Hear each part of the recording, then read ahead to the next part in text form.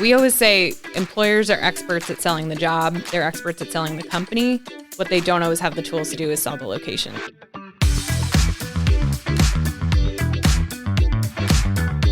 The following is a Big Sky Economic Development production. It's Mars B. And Kavo. And this is The Vault at 201 North Broadway. A business podcast. Where we bring you entrepreneurs, small business owners, and community leaders of Montana. To share their stories, expertise, industry insights, and strategies. And we are sharing them all with you every single week. You don't want to miss this. Learn how to better start, manage, and grow your business. And your leadership style. Tangible takeaways to save you time and improve whatever it is that you're working on. You're listening to The Vault. Thank you to Big Sky Economic Development for supporting The Vault at 201 North Broadway. Big Sky Economic Development provides leadership and resources for business creation, expansion, retention, new business recruitment, community development, and workforce development. Learn more at bigsky.economicdevelopment.org. Joining us today on The Vault, all the way from New York, is Patience Fairbrother, Vice President of Talent Attraction at Development Counsellors International. So welcome. We're so excited to have you joining us here in person. Thank you so much for having me. I'm thrilled to be here. Yeah, we're excited to talk to you today about your career journey because it looks like you've had a really cool pathway at the company you're at, and then just learning more about what you guys do at DCI. Yeah, absolutely. I'm excited. So we always like to throw it back. Like, where'd you grow up? How did it all we're starting happen? at the beginning. We're starting. From We the love that. beginning. We just want to know about you. Yeah. Cool. Well, so I grew up in upstate New York / Western Massachusetts. So I'm a Northeast girl.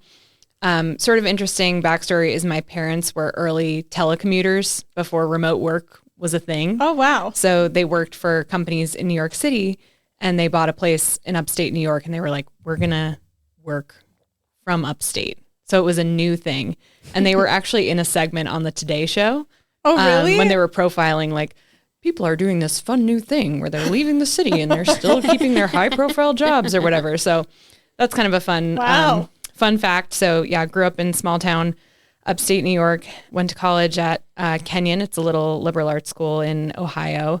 And then I always thought I would end up in New York City just because, you know, it's the big city in the Northeast and lots of opportunity. So how far away, so your small town, we're from Montana. So give us how big was your small town? And did you go into the city a lot? Like what was that like? So we're like 2.5 hours from the city. So it's not bad. Pretty accessible. Like you could do a day trip, like if you wanted to. Mm-hmm. So we definitely did go, you know, when I was little, we'd go to the museums and, you know, Museum of Natural History and, you know, MoMA, the big ones in New York. So it was definitely something that we could do if we wanted to. The Berkshires, the area I'm from, it's a cluster of small towns. So it's nice because you can kind of like pick and choose the vibe that you're going for depending on the type of atmosphere you're looking for. And yeah, beautiful area, you know, mountains. I mean, you guys probably wouldn't call them mountains. They're more like hills, but beautiful, and lakes and rivers and things like that. So it's just so different because we grew up, I mean, primarily in Montana. So it's just interesting to hear like different upbringings and what it was like. Yeah. Born and partially raised in New Jersey, so okay, have some of that background. Yeah. What part of New Jersey? I'd like to say central because it makes the most sense, but in South Plainfield, which was in Middlesex County, so yes. Edison area. Okay. So have that, and went back for a lot of summers and lived there a little bit as an adult and realized it's too fast for me. Yeah. So you went to college, so you graduated, you did that, then you went to college in Ohio. What was the draw? Was it the school? Was it? Yes, I wanted to be a writer. Okay. So Kenyon has an amazing literary program, and so that was the primary reason that drew me there. And it's just it's a beautiful school. It's a very small liberal arts school. It's like in the middle of a cornfield, you know, very idyllic, classic, like liberal arts college vibe. Mm-hmm. So I immediately loved it. I applied early decision. I was like, I'm going here. This is I love that. So I went, and then immediately, you know, 2 weeks into my first semester, I was like, I cannot do this. I was taking like a really hard lit theory class, and I was like, this is not. So I ended up changing my major to psychology and, you know. Wow. Okay. Working in marketing after that. Oh, wow. So what was that like? So you switched that, you go to psychology. Did you do internships? Like, where did you go after that? You obviously got drawn back to New York. Yeah. So I did do a few internships during the summers in marketing and in PR. So I knew I wanted to work in marketing in some capacity.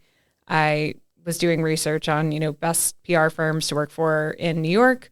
I saw DCI on the list, and I just thought it was so fascinating that there was a company that existed where the goal is to market places, not consumer products. Yeah. And so that just really piqued my interest. And I was like, this sounds interesting. So I applied for an internship there, and I've been there ever since. So it's been 10 years now. So tell us about that. Like, were you still in college, or had you graduated and you were doing like the internship after college to then, was the intent to be hired on? It was, yeah. So the internship started right after I graduated from Kenyon. So immediately moved to the city. It was a 3-month internship. And yeah, I really hit the ground running. They had me working on, client accounts when I was an intern. So it wasn't the kind of internship where, you're getting people coffee. Like, I was actually in the work, which was really cool. And they immediately hired me on after. So I was thrilled to get to do that. Isn't it nice when you just find your place? Yes, it really is. And I have a lot of friends who've done a lot of hopping around career-wise, which nothing against that. I mean, I think it's great to try new things. But for me, I feel like I've gotten the stability of staying at a company for the long term, but I've also gotten to try a lot of new things within the comfort of the same company. So that's been awesome. cool. So tell us about like some of the roles that you've had in those 10 years, because obviously you've really progressed and been promoted and grown at DCI. Yeah, I like to say I've had basically every job you could have at DCI. Okay. So you know it well. Yes, I do. So I started on the PR team, essentially pitching national media to write about our client communities. What I found was that I loved the storytelling aspect of it. I loved thinking through what makes a national story, but I hated the rejection and the cold calls and nothing ever coming to fruition. I mean, not that it never does, but it's like it takes months and sometimes years to land a story in like the Wall Street Journal. For me, I wanted something more tangible. So I moved over to the creative services side of things. I started doing more branding and marketing strategy, which let me kind of get that, immediate gratification of like, I made this, I created this. It's like checking something off a list, right? You're like, oh. Yes, exactly. And not being like, has all of this work come to nothing? So moved over to creative, and then that kind of seamlessly transitioned me over into the digital side of things. Our agency, we're traditionally a PR firm, but in the last 10 years, we've grown hugely into digital marketing, and we're now a full service agency. So, all the branding work I was doing was just translating so well to digital spaces. And so moved over to digital, ended up leading our website team for a couple of years. That was a wild ride. Do you have any projects that like stick out to you that you're like, oh, this was so fun to work on and help create and work with that community to build? Yeah, for sure. One of my favorites is the Move Upstate SC campaign out of upstate South Carolina. So Move Upstate, that's catchy. That's yeah, cute. So it's a talent attraction campaign. And I worked on everything from the initial research. I went there, I did the focus groups, I created the brand campaign, and then worked on the website to launch that with them. And it's been so cool to see where they've taken it in the years since we launched it with them. So that's one I'm really proud of. And then 2 others I would say, since we do talent attraction, economic development, and tourism, we did a economic development brand and website for the Mississippi Development Authority, so for the entire state of Mississippi. Wow. And that was a really fun brand to work on. The ultimate brand is Mighty Mississippi, the idea being they may be small, but they're mighty. And we did the website for that one as well, which was a huge undertaking for a state. And then I also worked on our first ever tourism brand and website project for Redding, California. And so you guys didn't do tourism always. Is that... We've always done tourism, but the interesting thing about kind of the two sides of our house is that tourism marketing is a lot more competitive. Virtually every major agency works in the tourism hospitality space. So there are a lot of agencies that do websites and branding and all of that side of thing. Our differentiator is more in the PR space for tourism, whereas on the economic development and talent attraction side, we really fill every niche there, and we kind of differentiate ourselves in the marketplace. So we have an easier time going after those kinds of projects. So I have a question because we've been talking about DCI and the Development Counsellors International because, we like to just get those acronyms out there. But can you tell us a little bit more what DCI is for our listeners that maybe aren't aware? Yes. So DCI, or Development Counsellors International, we're a specialized place marketing and research firm. So all we do is work with cities, states, regions, and countries to attract visitors, businesses, and increasingly talent. So we're a 60-plus-year-old firm. We were founded in 1960 by a man named Ted Levine. His son, Andy Levine, is our chairman, so it's sort of a family business. And we're now officially a women-owned firm. We have 4 women partners, and we're about, I think, 90 people now, so it's a mid-sized firm. And you guys are all over, right? We are, yeah. So we have a, pretty major office in New York, Denver, and then we have little hubs in California and Toronto. But at this point, we're sort of all over the country because we've started hiring for fully remote positions, which kind of makes sense in the work that we do. We work for places, so having people all over North America really benefits our work. In the places. Yeah, exactly. Getting out in the places. So, and that's a good sized team. Like, we're 25-ish right now. So, 26 once we fully staffed. So 90 is a good sized team. Yeah. No, it's good. And we've grown a lot in the time that I've been there. It went from feeling like a very tight-knit kind of company to being like, what's that person's name again? So yeah, we've definitely grown a lot. So what do you guys do, just knowing that you have locations and you have remote staff to keep the culture up? Because you've been there for a really long, a good chunk of time. And what keeps you there? A decade is a good chunk of time. Yeah, no, definitely. And it's been a transition. Like every company, we've gone through our growing pains with remote work and hybrid and how do we balance all of these various things. And I think our agency's done a really good job of trying to keep people connected. It's really important to us to get everyone together once a year. So we do have a all agency retreat. So this past year we did it in Charlotte, North Carolina. We flew everyone out. And we did a couple days of meetings, kind of professional development. And then we also did some, team bonding. We did a ropes course at the Whitewater Center. So fun. Things like that. Yeah. And then we have, we call it the connectivity committee. So we have a group that's dedicated to making sure that we're staying connected. So we do a lot of, we do like a walking challenge and a book club. And there's lots of things that you can do to get connected, whether you're a remote staffer or you're working out of one of the offices. Now, for the book club, are they fictional books or are they to boost you books? Yeah, we've gone. I think we've done kind of a little column A, little column B. Okay. I don't know that there is one currently, but we've had one on and off for a while now. So there was one we launched when we first launched our DE&I program that was specific to sort of furthering our own education in the diversity, equity, inclusion space. And so we were picking books that specifically got us talking around those topics. And then we've definitely had a fictional one. And then we had a really cool one recently where Obama's former speechwriter wrote a book, and somebody at DCI had a connection to him. So he actually came in and did a book club conversation with our team, which was really cool. I bet just to be, I watched Madam Secretary, so I don't know if you've seen it, but it makes me think of hers. But I'm like, their job is insane. Yes. The amount of speeches they're writing on behalf of someone else and someone else's voice. Wow. Yes. And there's so much about that, I think, that felt very relevant to our work too, because we're trying to help leaders of communities to position themselves as thought leaders. And, the messaging that they're putting out there to the national stage is so important. So he had some great tips about, basically keeping it succinct and, but also being real. I think that was one of his big takeaways is don't try to come off as overly polished. People want to see you be real and be a person. Nobody wants a robot. Yeah. I think those are exactly are good tips. So looking back, when you, I don't know, we sometimes talk about this, when we look back at our upbringing or things we did when we were younger, we're like, oh yeah, that really helped me now be where I'm at today. Or it's kind of why I like the work I'm in, because you're in a very unique industry, PR, but marketing, again, places. Do you ever look back and think of moments, experiences, memories that you have that you're like, oh, that makes sense into what I'm doing today? Yeah, definitely the thing I talk about in that regard is being a theater kid. Okay, so, fun. Okay. Yeah, so I was really into theater growing up. What was your favorite play you played in?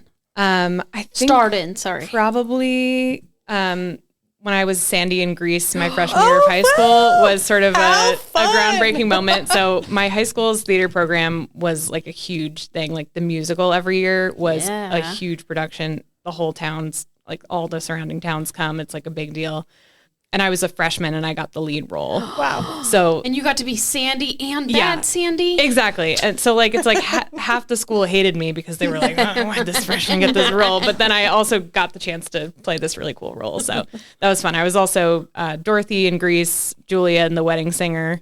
Wow. So I got to do some fun musicals in high school. But I think about, being on stage and kind of conveying a message and what that looks like. And in my career now, I do a lot of speaking engagements, helping my clients prep for speaking engagements, talking points, podcasting, that kind of thing. So I think there's something about that feeling that you have when you're on stage that applies to the work that I do now in a big way. Oh, and it's set you up to, I think it's not cut out for everyone to speak in public or to do those speaking things. Totally. There's like a good chunk of us that are like happier behind the scenes, but to be comfortable and knowing that you are telling a story or you're helping convey those messages that's a cool tie back to the theater. Yeah. That's cool. And I definitely thrive on like the last minute kind of like pressure anxiety of it. Like some people would just completely hate the way that I prep for these speaking things. Like I feel like I'm almost better when I'm right up into the last minute prepping for it, whereas some people need to like really rehearse and things like that. And think about it. Yeah. Kind of like, yeah. It brings back to the be real, right? Yeah, totally. It's just authentic. Right. Yeah. It doesn't sound like I'm reading off of a cue card. Exactly. What would you say is your favorite part of your job? I do love the thought leadership piece. I do a lot of speaking engagements in communities around the country. Like I was here in Billings last year. I got to go to Anchorage, Alaska, which was really cool for this major business event there to talk. I also speak at conferences. And then we teach some courses to the economic development industry. So through IEDC, through ACC, which is the Chamber of Commerce Executives organization, we teach some of their fundamentals courses on marketing. So that's just a cool way, I think, to like give back to the industry and elevate marketing for everyone. So I love that. And I did just start a podcast this year. So I've been having a lot of fun with that. Give it a shout out. Go ahead. Yeah. So the podcast is called Talent Wars. It's named for our national research about how talent makes decisions about jobs and locations. And I just decided, it was a great opportunity to get some new voices into that conversation. I get a lot of questions from clients all the time about, what case studies are there out there? What tips do you have? And I just thought, let's just create a podcast that can house all of that information. Absolutely. And so tell us a little bit about the guests. So like if someone's like, oh, I would love to listen, like, are you solo? Do you have guests? Are you interviewing others? Yeah, so it's kind of a snack bite content format. I tried to keep episodes to like 20 minutes. I love that, snack bite. Yeah. We have shorts. Good. Yeah. Maybe we should name them snack bites. Yeah. So it's a combination of experts in the industry, so people who have data or information that will be valuable to anyone who's working on talent attraction, retention, or development.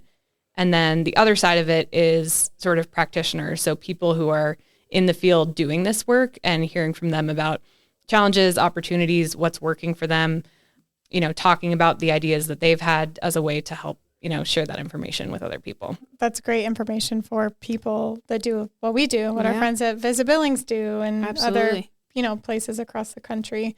So tell us a little bit more about Talent Wars. We love that report that you guys put out, and it's in your section at DCI in that area that you work in. So tell us a little bit more about it. Yeah, definitely. So Talent Wars is our national study on the motivations and preferences of working age individuals. So basically the reason we started this research back in 2017 is we started seeing a major need from our clients to not just develop talent in their communities, but to actually attract talent because their employers did not have the people they needed to fill open jobs. And so this concept of talent attraction marketing was born.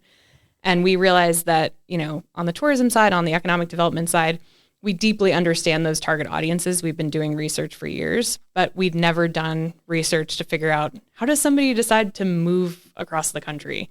What does that look like to choose a new job? Yeah, exactly. What are the top factors? So we started doing that research, and it's now in its 8th edition. So we look at essentially what triggers relocation, what are the top factors that people look at when they're considering a move, and then how do they get their information? So ultimately, how do places influence these decisions? So tell us a little, like, what have you found? Have there been consistencies over the past 8 years, right? Eight. Yes. Yeah. Have there been consistency things or things that have like really changed, knowing that there was COVID in between now and 2017? Did that shift anything? Yeah. So the data has been remarkably consistent, I will say. But COVID did obviously throw a wrench in a couple of things. Did it? You don't say. But yeah, so I mean, the biggest consistency that we found really is that people prioritize practical factors when they're relocating. So they're not just looking for a city that has a cool factor or, a great arts and culture scene or something like that. They care about cost of living, housing, safety, and healthcare. It's basically like, I need these basic needs met before I can even consider any of the other things. Oh, how interesting. So that's been a consistency. And then one change we've seen is as far as what triggers relocation. So pre-COVID, we were seeing overwhelmingly that people were moving for job opportunities, right? So you would get a job offer, you would consider, do I want to move to this city or this community? And then you'd either take it or you wouldn't. Post-COVID or during COVID and after that, it really became more about people looking for a better quality of life. So people started evaluating, what they were looking for out of their lives and their careers. We all had a lot of time to think when we were stuck inside. There was a whole bunch of self-reflection that happened. And like me personally, I live in Brooklyn, so I was in a tiny apartment working, 2 feet from my bed. And I was like, is this worth it? Like, so a lot of people had those kinds of, and, then you had working parents and people who had, their kids at home with them while they're trying to work. And it's just, and the kids are trying to go to school and it's just like this nightmare. Yeah, exactly. And so quality of life has become the kind of leading factor, which again, that's a very subjective term. So it can mean a lot of different things to a lot of people, but that surpassed moving for jobs essentially. And then the second most common reason people move is just to be closer to family. So that's a lot of why we always recommend a boomerang strategy, as we call it. So try to bring people back home who grew up where in your community.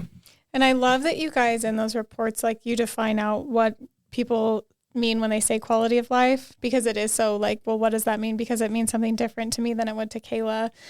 Well, maybe not, but like other people. Yeah, no, exactly. So I think that that's a really cool piece of the report. We look at it. We love that report. Steve and I are always like, that's coming out in May. We're just waiting for it in our inbox. So it's always exciting to see it when it hits, which is cool. So tell us a little bit more. So we've talked a little bit about it, but some of the work that you guys do you ever see that the tourism, when you're doing tourism work, that then it kind of folds into maybe the EDO of those places, and then you start working on talent attraction and retention strategies as well? Or are they pretty separate? Yeah, it's interesting. We've been beating the drum for a while that economic development and tourism need to collaborate better. And I think traditionally there have been these silos of sort of, this is my purview, this is your purview, I'm trying to get heads in beds, you're trying to get jobs and investment. Those things, are not related, but they're very much related. So connected. Because, our research finds, we say today's visitor is tomorrow's talent or business owner, et cetera. So you're much more likely to attract a business owner to your location if they've visited it previously. So your visitor marketing has a huge impact on your ability to attract businesses and talent. And so, we've been talking about this for years. I think we're finally starting to see some movement on this in the right direction. We've seen several campaigns in the last year alone where it's a direct collaboration between the tourism entity and the economic development entity or the chamber coming together for a talent campaign. So this is definitely a topic that we're very passionate about and that we're starting to see a lot more examples of, which is exciting. I think that's really exciting. I think of like even places I've visited that I'm like, I actually really liked that. I wouldn't move, but I like Montana, but I think it's she does love Montana, but she has a secret love for Omaha. I do. It's weird. Really? Yeah. That's so interesting. It is. Yeah. But it's not so secret because I just shared it. But I do really like Omaha, Nebraska.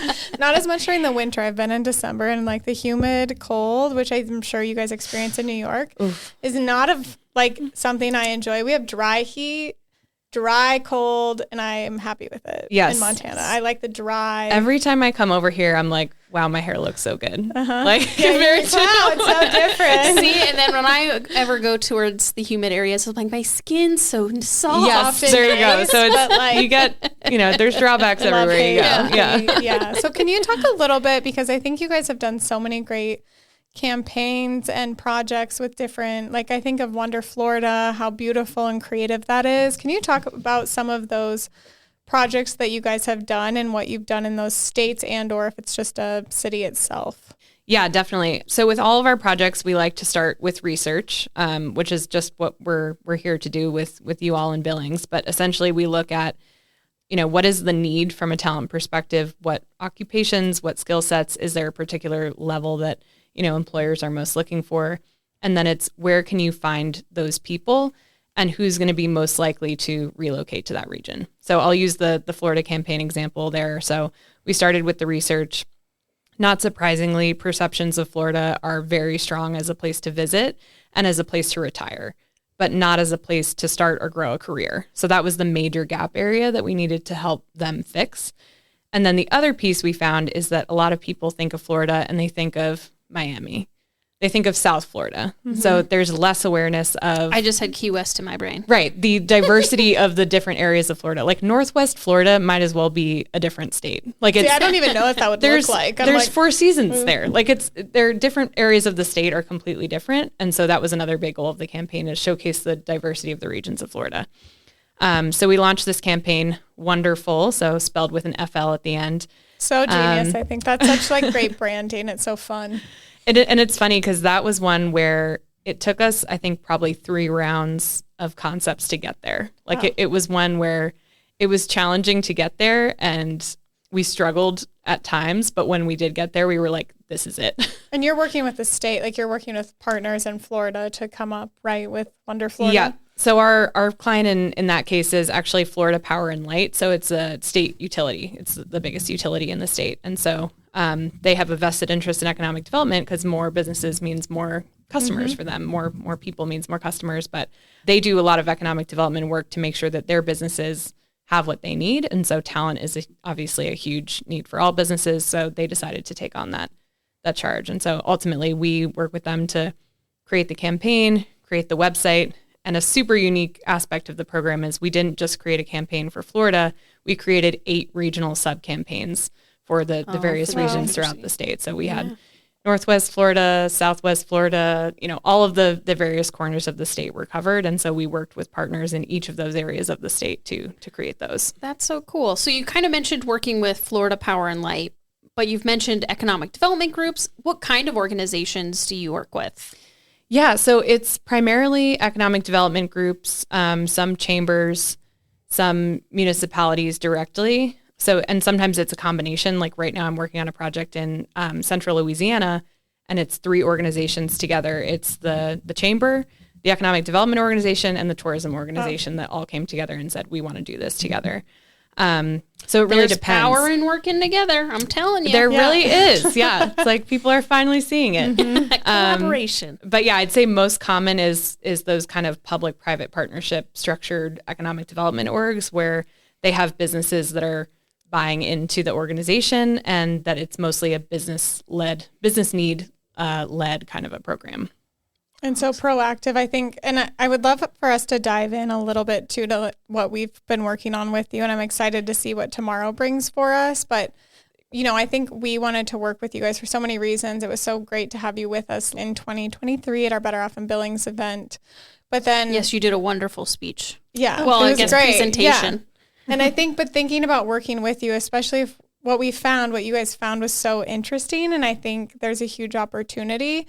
But not a lot of people, maybe we have some similarities with Florida where people might think of us just as mountains and skiing. Great vacation, winter, summer type Cowboys location. and, wagons. But no, I'll throw it out there. Yellowstone. But I would love for us to just chat a little bit about what we've worked on together so far. Yeah, definitely.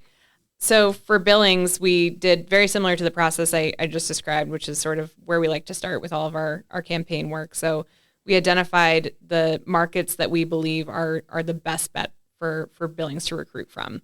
So we started there, then we surveyed working age people in those markets, and we also surveyed working age people in Billings so we could understand the internal perspective and the external perspective.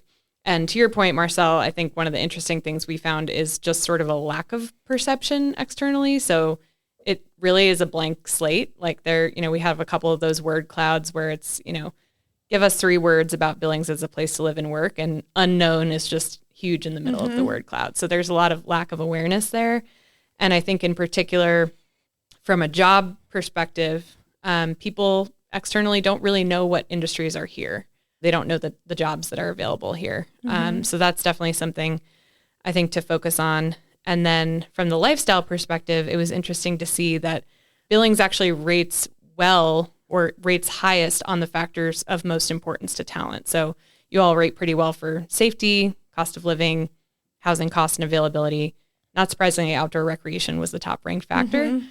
But the ratings were moderate, I would say. So there's definitely room for improvement. And I think a lot of that comes down to lack of awareness. Well, I had the opportunity to take the survey that you guys put out for us. And I even said to Marcel, I was like, gosh, those questions you guys wrote were really good questions.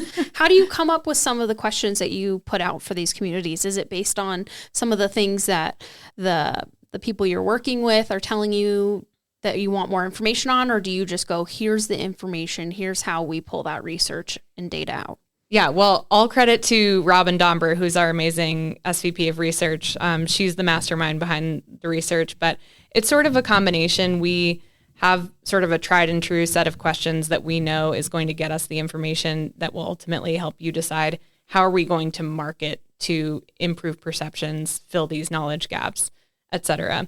But then we always work with our clients to figure out if there are specific things that they really want to understand better, that we're asking those questions as well. But typically it falls into a couple of different buckets. The first being, what are your perceptions of this region? So about Billings in particular, rate Billings on, select lifestyle factors, career factors. But then the other part is what we call the path to purchase. So how are people making these decisions? What sources are they turning to when they're considering a relocation? So it's sort of, what are your perceptions of this place? And then how can we influence you? I really like the work, and I think you guys do it really well. And it's just been great for us to learn from too, is people, and we've heard it from our community, especially like the hospitals, because they recruit heavily all levels of staff, administrative and clinical, and have a lot of trailing significant others with family. And it's you're not just showcasing your organization, quite frankly, and sometimes that's the easiest part. It's you're also showcasing the community that these people are going to live and move to. And you really want them to understand what the community has to offer to that person, to that family, to the significant other, so that they too feel like it is a good choice to move, so that they stay within that market, wherever it is. Yeah, we always say, employers are experts at selling the job. They're experts at selling the company. What they don't always have the tools to do is sell the location of the opportunity. And that's where organizations like BSED come in to help arm them with those tools. So what are some other, so we've talked about Wonder Florida. What are some other unique other case studies or examples that you guys have that you've worked with in the past couple of years? One that we're working on right now that I think is a really interesting model is in Tucson, Arizona. We're doing a healthcare talent specific campaign. And it's actually funded in part by 3 healthcare organizations in Tucson. So we're specifically trying to drive talent to apply for jobs at these 3 organizations. So it's a very niche sort of a campaign. Again, we started with research, but we specifically surveyed people working in the healthcare field. So their motivations and preferences are a little bit different. And then we designed messaging and campaign materials that speaks directly to those needs. And then I think the really interesting thing from a metrics and ROI standpoint is that because we're working with these 3 employers, we have better tracking capability to show that people are actually going and applying for jobs at these employers. So it's a little bit less broad than like the Wonderful campaign where it's more top of funnel, right? We're kind of bringing people in and getting them interested in the idea of Florida, but we don't have as much ability to track. Did they actually get a job? Did they actually relocate? In this case, since we're partnering with the employers themselves, we have a lot more of that ability. So that's unique. That is really unique. And then healthcare too, just that they all came together and they're like, hey, we're going to put money into this because it's important for our community as a whole. Right. Even though they're competitors, so we're not, right? Poaching each other's talent. Yeah, but bringing in new talent into the market. Exactly. And they recognize that even if somebody comes in and they work for one organization, then if you can keep that person in the market, they might go to one of the other two eventually. So it's a good decision for everyone. Brings it back to that collaboration. There you go. And you guys you added into the Talent Wars this year. I'd love to know what conversations you guys had to add that, but you added blue collar and white collar positions. So knowing last year you didn't, what was going on with your team that you're like, we see a need and let's add it? Yeah. So we get that question all the time from clients about, do we need to change the marketing tactic if we're targeting, let's say, a manufacturing worker versus a, tech worker? And so we decided specifically this year to break out our survey data into, quote, white collar and blue collar. Those terms are a little bit outdated, I would say, but we ask people to self-identify, like, how do you identify? Are you blue collar or are you white collar? Just to make it easy and kind of make that distinction.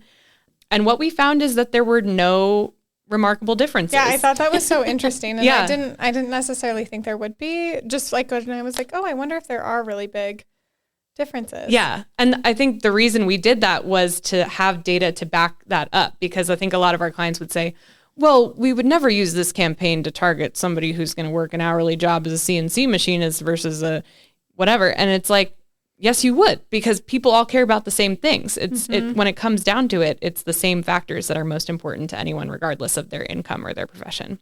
That's so interesting because it's basically a survey to basically prove that theory wrong. Yeah, exactly. No, we know. Yeah. And then tell us too a little bit, I'm just curious, AI is a huge topic. It's a huge conversation. It's been that way for a long time. I remember going to a Economic Development 101 course in Tennessee 5 years ago. And one of the presenters, I just remember her vividly saying in 5 years, we're going to see some big moves in AI and technology, and lo and behold, she was so right. And it came even quicker. So what are some things and trends you guys are seeing in that space? Yeah, so marketing is definitely going to be heavily impacted by AI from what we're seeing. A very recent example is Google's AI. What is it even called? Is it Gemini? Gemini, yeah.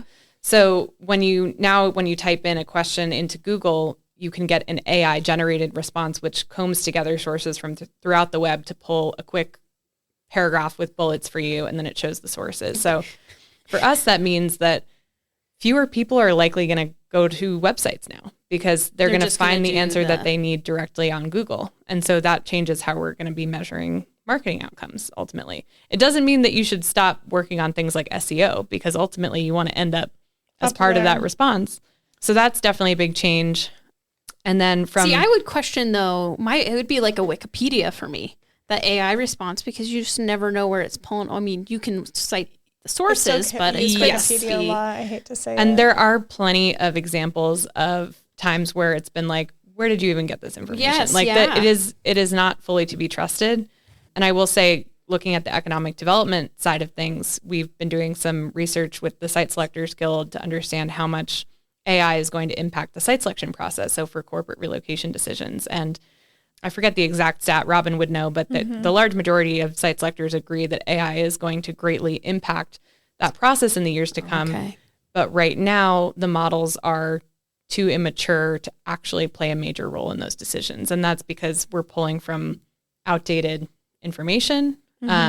And also, again, we can't really fully trust the answers that AI is giving us at this point. Right. Or sometimes I'm just I just want to go back to, I don't want that. I just sometimes in Instagram, I'll looking something up and Instagram's AI. And I'm like, no, I don't want you. Meta's AI. Yeah. But I think that is really interesting of those people in those positions, and then how all of that's just going to really impact the work that we're doing for business recruitment, talent attraction and retention, attraction more specifically. Well, I have a question for you. We've seen some AI come out in the terms of hiring, in hiring processes.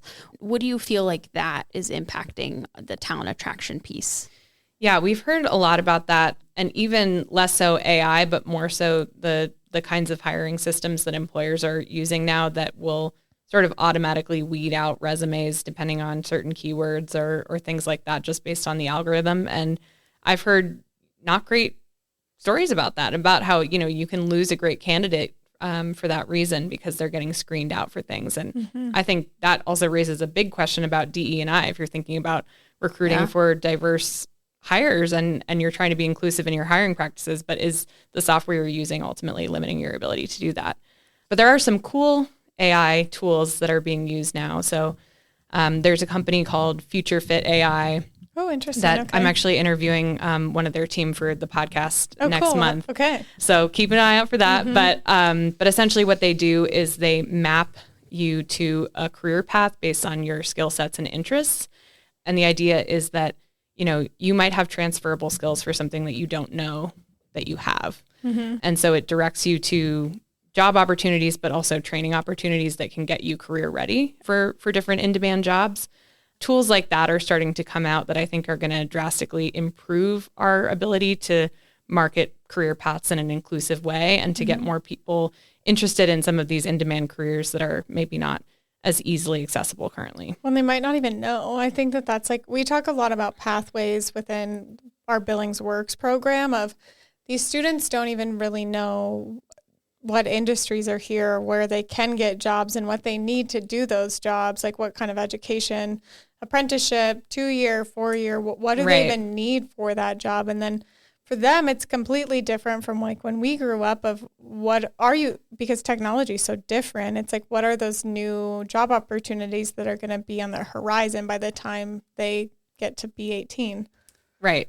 Like even just thinking about jobs in AI, it's like obviously AI wasn't in our curriculum when we were growing up. Listen, we had the Terminator. Like definitely we were terrified of AI. Definitely not, which is crazy. Are there other trends that you guys are seeing across the work that you do in tourism, economic development, and talent attraction? Let's see. Yeah, I mean, I guess I touched on the fact that we're seeing more collaboration, which is really exciting. Yeah. And I think in general, everything, not surprisingly, is just moving into a fully digital realm. And that's a big change we've seen in our research as well, that people used to value firsthand experience over internet research when it comes to forming impressions of a place. Now people will turn to the internet before firsthand experience. So it's increasingly an online world. And so we're seeing more and more places doubling down on those digital efforts versus even trying to bring people in necessarily. So there's been a lot of creative, I think, solutions to that that are coming out. You've mentioned building websites for some of these campaigns. What does that look like? What types of things are you putting on them? Are you tracking a lot of the data? Yes, definitely. So our research is the foundation for how we structure the content of these sites. So it's essentially a checklist, right? It's all of these things are really important to talent. So we need information about that on the website. And then the other piece of that is, of course, SEO. So what are users actually searching for, and how do we grab them when they're searching for relevant terms and bring them to these sites? So we build them backwards from that research perspective. All of our sites are designed mobile first because we know the majority of people are visiting sites on their phone. So that's another key component. And then we design them to be very ADA compliant. So increasingly accessibility is really important in web design. So it used to be all about having like a splashy website with like cool animations and, a fun video or whatever. And now it's like, no, you just need to get to the basics, and it needs to be accessible. It needs to be very easy to use. Absolutely. And then the analytics piece is super interesting. And we actually have a dedicated analytics team now, which is very cool. So that's a new evolution of our growing digital team. So we have a whole team that are experts in tracking user data, specifically, what are conversions or key kind of goal behavior that we're looking for on the site. And then also dealing with all of the ever evolving consent data management policies and all of the internet things that are too complicated for me to fully understand, but our data analytics team understands. We all magically click accept every time. Yes, so. exactly. We're like, sure, take my information. That's cool. Yeah. Listen to me on my phone. So back to what you were talking about a little bit earlier. What is some of that advice when you're talking about really everything's digital? People are searching digital. So whether you're a small business, a community, What are those platforms that people really should be leaning into and putting their time and resources into? Yeah. You have to have a great website. You have to have a great web presence, and SEO is increasingly like the most important thing because, again, people go to Google before they go almost anywhere else online. And so making sure that you're grabbing people through the internet when they're doing those searches. From a social media perspective, it's been interesting because we include that in our Talent Wars report. You know, what are the websites, what are the social channels rather that people use to make decisions about jobs and locations? And for some reason, Facebook is still number one. Oh, interesting. You know, I love my Facebook. I've just been waiting. I just have thought, you know, every year I'm like, Instagram's going to be up there, TikTok's going to be up there, but it's still Facebook. That's interesting. When we're going on trips, I use Instagram. My husband doesn't. He's not on social media, but I use Instagram. Yeah, I use Instagram and TikTok when I'm when I'm planning a vacation. Right. Certainly. Yeah, that's where I go. That's what I look at. Yeah, exactly. So it's interesting that Facebook is still very powerful, but a lot of that is just like the friends and family side of Facebook, right? Because you're connected to your friends and family there, and what they post is likely to influence your perceptions of a place. So if they're traveling somewhere and they post photos, that's going to, put a little thought in your head about that place. So, but yeah, I would say, your entire digital ecosystem just needs to be airtight. It's sort of a cheap answer because I think you can't just do one thing. You kind of have to do it all. And multiple platforms and different types of content on those platforms. Yep. Yeah. I just feel like I go to Instagram when I'm like looking at places to eat or, like visit Savannah or wherever it is. Yeah. Like you're looking for those specific things. I'm an old soul, and so I just like a few months ago realized you can search Instagram. Oh, I search Instagram all the time. I'm like over there, like searching, finding places to eat. That might be why I do more on Facebook. Seeing what people tag. It's weird. It's creepy, but it's really fun. Okay, so what are some other things you guys have in the queue? I know you just put out Talent Wars. When do you start? Well, I guess when do you start working on that? Because you do it once a year. And then do you have other exciting projects or research that you guys are doing in the queue right now? Yes, definitely. So yes, Talent Wars is our kind of main research product that we come out with every year. We usually release it. It's beautiful. So good. Thank you. We usually release it around May each year. So we'll probably start working on it in like February next year. So starting to brainstorm new ideas for questions, new topics, because we like to ask a lot of the same questions, but we also like to throw in things based on what's currently going on in the world right now and what are key topics that people care about. So for example, this year, it being an election year, we asked some questions about politics and how that impacts relocation. So that was a key change. And then we also, as you mentioned, did the breakout with blue collar versus white collar. And then we did generational breakouts as well, which was interesting. So because one on the political one, I want to hear more about that. And then before we keep going, and then the other one is the generational. What did you find with that? So because that gets brought up all the time. People are like different generations, and I'm like, I'm just gonna let you guys talk. I think I have thoughts on that. But. Yes, I think I have thoughts. So I definitely do. Very similar. And again, a big part of why we even ask these questions is so that we have data to back up when we tell clients they're wrong. You know what I mean? It's like you need a way to debunk some of these commonly held beliefs. And what we found, very similar to blue collar versus white collar, is there are not significant changes across generations in terms of what matters to people. There are slight variations in the order of importance of certain things, but everybody has the same top 5 factors or so when it comes to jobs and locations. So it's really not a significantly different approach if you're targeting Gen Z versus boomers. Selfishly, that was so validating. I was like, yes, I've been feeling this for so long. And people are like, generations. And I'm like, no, it's like people want the same things. Yeah. And people like, don't want to be pandered to either, right? Yes. It's like we don't want to be, like, oh, we're going to do such a Gen Z friendly campaign. Yeah. Like that feels so cringe. No, let's just do a campaign that's going to resonate with people, period. In general. Yeah. And then the politics side, that's so interesting. You guys added that. And thinking about when people do relocate, what were some of those key findings? Mm-hmm. So what we found is that politics are not a significant driver of relocation, but people say that they are.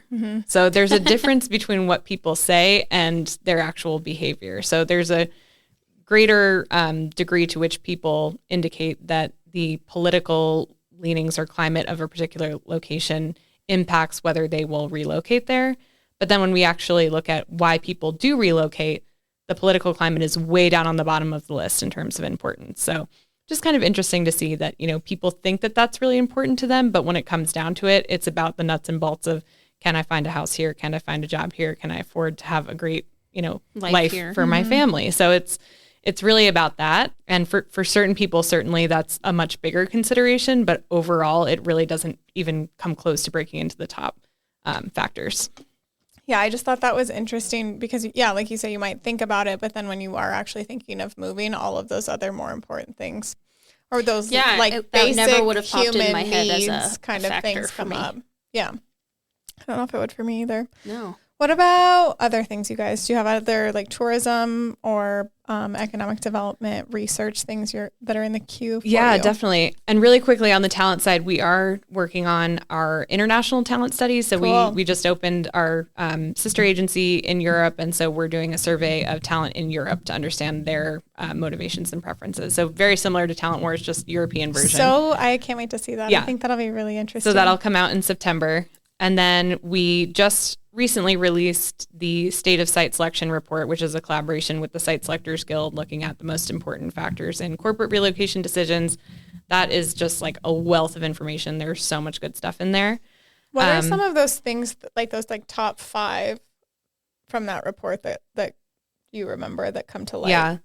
Well, one interesting thing for me, since I focus on the talent space, is that, for years, talent workforce availability has been the top factor that businesses consider when it comes to relocations and expansions. This year, the top factor is actually infrastructure. Wow. And a lot of what we've heard is that talent is going to continue to be a challenge. We're having nationwide labor shortages right now. There aren't enough people to fill jobs across the country. So yes, it's a top factor, but it's no longer the top factor because businesses and site selectors have just come to accept that this is a challenge they're going to have to be dealing with no matter what. So they're turning to other things as factors of most importance. And for this year, it's infrastructure. Wow. We've had several clients initiate the process of adding robotics into their systems to overcome some of those labor shortages.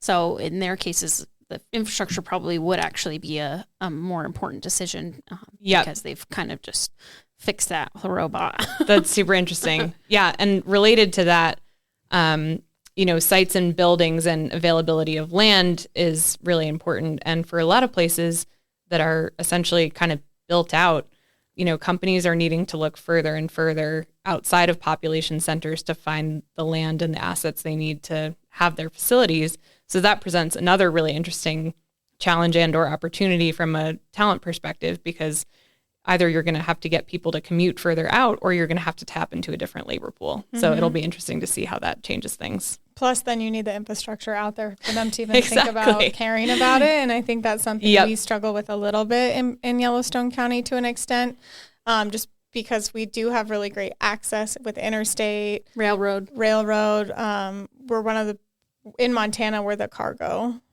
for hub. Flights and stuff. So our cargo shipments coming in on planes. So that's so interesting. Wow.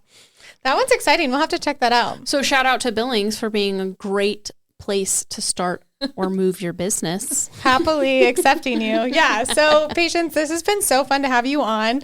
We like to end each episode with a set of rapid fire questions. So before we do that, we'll hear a quick message from a sponsor. Thank you to the Small Business Development Center for sponsoring The Vault at 201 North Broadway. The Small Business Development Center offers free personalized support from business plans to financial projections and beyond, empowering small businesses to thrive. Reach out to us at bigsky.economicdevelopment.org. Well, welcome back. Here we are ready to ask you some rapid fire questions. Are you ready? I'm ready. Okay. Well, we know you like to cook. So we thought we'd start one out with what's one of your favorite things to cook? I've been really into meatballs recently, sheet pan meatballs of all different kinds. And I have this one recipe that I know I'm already going against rapid fire, but it's okay. They're rapid fire-ish. Chicken meatballs with zucchini in meatball, Yum. and it adds like the moisture you need so that they don't get dried out. And there's feta in there too. Importantly, Delicious. So, I love sheet pan meatballs. Okay, I'm a big sheet pan getting that meatball recipe. That person, sounds too. yummy. Yes. My next question for you is, what's some of the best career advice you've ever received? I got some good advice actually just the other day from my boss that's been sticking with me, and it's about when you get to that point in your career where you need to really delegate and you need to think about what's most important for you to focus on. And the advice is do what only you can do and give away the rest. I think that's really good. Oh, I I needed love that actually lately. So Yeah. I really like that. Let's repeat that because it was so good. Yeah, Do what only you can do and give away the rest. that's really So good. it's sort of, do I really need to be the one to do this, or could somebody else do this? Because you've done it, but it's like maybe it is time to Maybe hand it's it. time to give it to someone else. Yeah, and they might not do it the exact same way that you would, but That's you okay. can't do everything. I love that. That's really good. Yeah. Okay, and because you're not from Montana, we have to ask. So if someone's visiting New York for the very first time, what do you suggest that they have to do? Oh, that is such a hard question. And it could be a because- couple things. Okay. Yeah, it doesn't have to be just like one thing. And throw one thing in there that's not like a tourist thing. Okay. It's like I know this Local. because Yeah. I live there. So I'm very food oriented. So Yes, we usually love I that. start too. We I are. start with, the restaurant recommendations and things like that.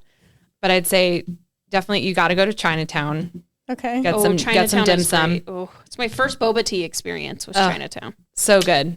So definitely Chinatown. And then because I live in Brooklyn, I'm always trying to get people to come over to Brooklyn. So I Tell know us about Brooklyn. Manhattan has, the big tall buildings and all of the amazing museums and Broadway and Times Square and all of those things. But Brooklyn has just a different vibe. And there are so many different eclectic neighborhoods that have their own flavor, very walkable, lots of great parks, great food. So I always just say, come over to Brooklyn. And also, you can't get the skyline of Manhattan views from Manhattan. You have to go over to Manhattan, or Brooklyn rather, to see the beautiful Everything. Manhattan skyline. So it's like, just come across the bridge and you'll see more. How cool. That's really fun. So where can people connect with you, find you, learn more about DCI? Yeah. So our website is aboutdci.com. Lots of info on there. And you can also find the podcast on there, which is called Talent Wars, or you can subscribe to that on Apple Podcasts or Spotify. Cool. And then, follow me on LinkedIn. I post a lot of content about talent attraction, retention, and development. I'm always on there sharing case studies, podcast episodes, and things like that. Awesome. Well, thank you so much for joining us and being in Billings with us this week. It was awesome to interview. Thank you so much for having me. Thanks. We hope you enjoyed this episode. Make sure you are subscribed to The Vault at 201 North Broadway, wherever you podcast, including YouTube. Connect with us on Facebook at The Vault at 201 North Broadway and Instagram at The Vault_201. Don't forget to visit us at thevault@201.com and subscribe to our newsletter. We will see you next time. Bye.